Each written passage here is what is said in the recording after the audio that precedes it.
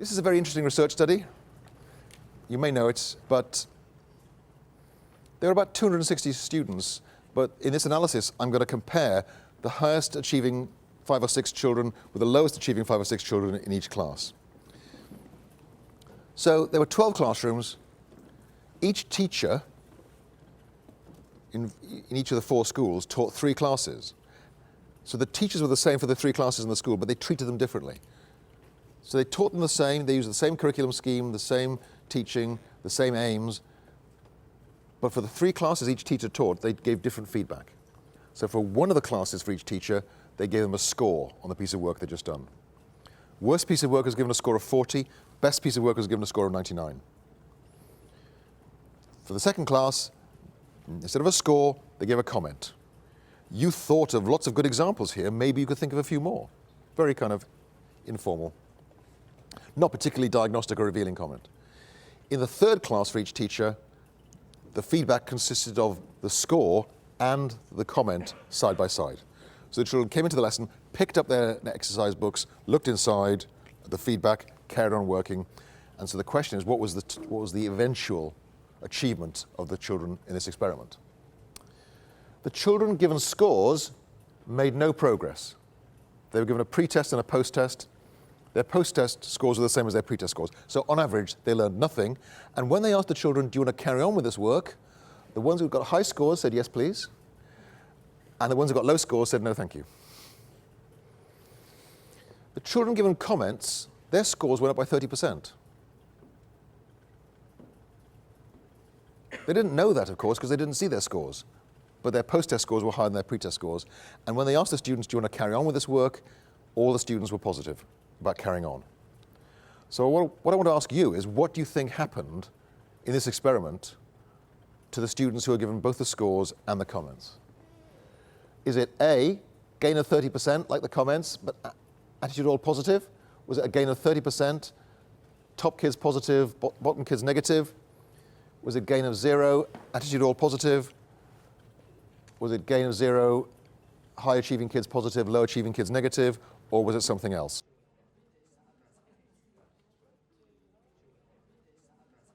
What happened in this study is that D is what happened. The children who got the high scores didn't need to read the comments, and the children who got the low scores didn't want to read the comments. And yet giving a mark and a comment is the single most prevalent form of feedback we have in this country. This study and others like it show that if you're going to write a careful, detailed comment and then go and put a score or a grade, you're wasting your time. The high achievers don't need to read it, the low achievers don't want to read it. You'd be better off just giving a score. They won't learn anything, but you will save yourselves a heck of a lot of marking time. One of the very simplest things you can do is just give them the comment one day and the mark the next day. We know that if you put the comment and the score side by side, yeah? When you're given a comment and a score side by side, what's the first thing the kids look at? What's the second thing they look at? Someone else's score. What'd you get? Isn't it? What'd you get? Straight away. All thought of learning has gone out of the window. It's just about how did I do compared to somebody else. What you can do then with the comments is just give them the comment today, the score tomorrow. For a whole 24 hours, they're reading the comment. They're only reading the comment to find out what the score is going to be, but at least they're reading the comment. Let me go on to a second study that gives us a parallel on this topic. Here there were 8 classrooms doing divergent thinking tasks, and there were in 2 classrooms the kids were given comments, in 2 they were given grades, in 2 classrooms they were given written praise as they worked, and in 2 classrooms they were given absolutely no feedback whatsoever. Now what's interesting is the 2 classrooms given grades and the 2 classrooms given praise made the same amount of progress as the control group. Giving grades and giving praise was no more effective than giving absolutely no feedback whatsoever. The only classrooms which made significantly greater progress were the 2 classrooms where they were given comments. So much for this thing we hear that children need to know where they are. Yeah? Well, children know where they are. What they don't need is to be reminded of it all the time. And yet, if they can get that phrase, if they can get that score, they want it, don't they? What did I get? What level did I get? And you know what? we are just the same. In the days before I gave up trying to lose weight, when I'd been good, I wanted feedback. I know you're only meant to weigh yourself once a week, but after a day on lettuce, you want to know this is working, don't you? So you get on the scales, and if you lost weight, you feel good, and you don't want to eat. But if you haven't lost weight, or even worse, you put weight on, you get depressed and go looking for the nearest cake shop, don't you? I understand the psychology. I want that feedback, but I only want it if it's going to be good, and I don't know if it's going to be good until I get it. It's the eternal triumph of hope over experience. I've just gone in detail over 2 studies that showed that certain kinds of feedback are helpful, certain kinds of feedback are unhelpful. But you might say, I was selective in the studies I chose. So that's why I think you ought to know about this piece of work by 2 guys called Kluger and Denisi, who in 1996 reviewed all the research reports they could find on the effects of feedback in schools, colleges, and in workplaces. They then rejected all the studies that weren't methodologically sound, where there weren't proper controls, where there wasn't a measurement of performance before and afterwards, without details of how big an improvement in performance they got. And they were left with just 131 out of 3,000 research reports that were methodologically sound. On average, they found that feedback was effective. The effect size of 0.4 equates to a 50% increase in the rate of learning.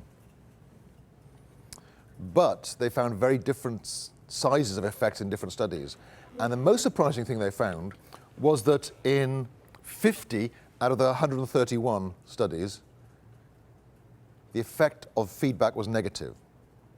That means in 2 out of every 5 carefully controlled scientific studies, giving people feedback made their performance worse than it would have been had you given them no feedback at all. In 2 out of every 5 of these studies, you would have been better off shutting up than giving feedback. Feedback made people worse. As you might imagine, they were quite puzzled by this, so they went and looked at the kinds of feedback, and they found that all the negative feedback was basically ego-involving. You're a good employee, you're a bad employee. You're a good student, you're a bad student. Here's an A, here's an F.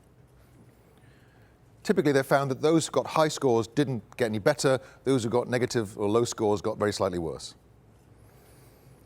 The distinctive feature of the feedback that made people better was, firstly, that it said this is what you have to do to improve, and secondly, and perhaps more importantly, this is how to go about it.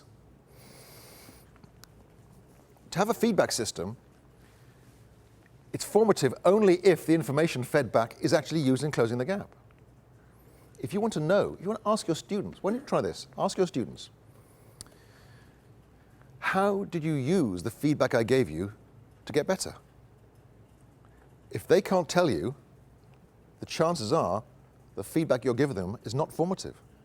It's telling them that they need to improve, but not how to improve. That's why frequent feedback is not necessarily formative.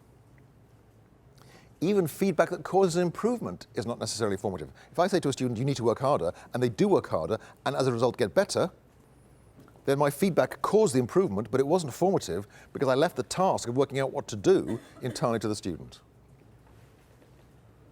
It's formative only if the information is used by the learner in making improvements that actually take their own learning forward, and that's why, to be formative, assessment must include a recipe for future action.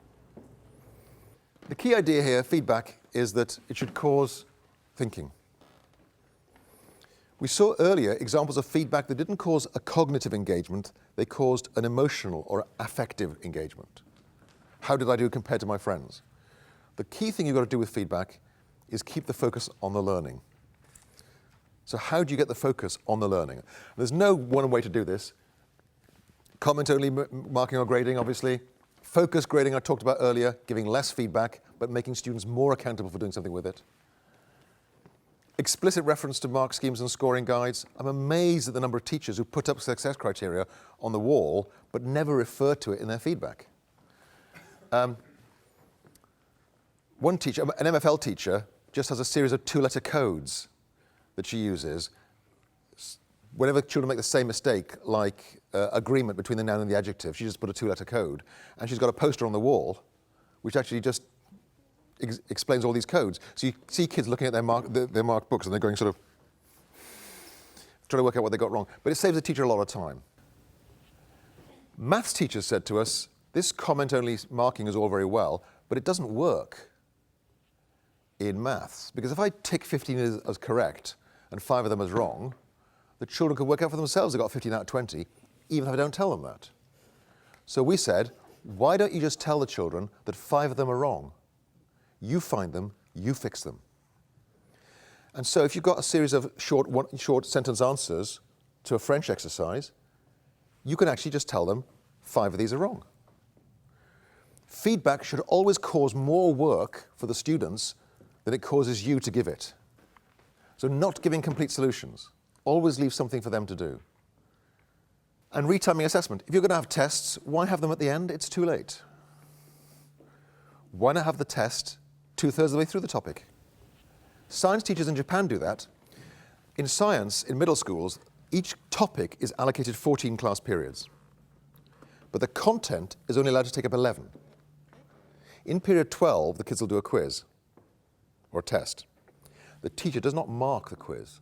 The teacher just reads through the quiz answers and decides on the basis of what she sees to plan lessons 13 and 14. The really important thing is to focus on what can you do to make the learning better.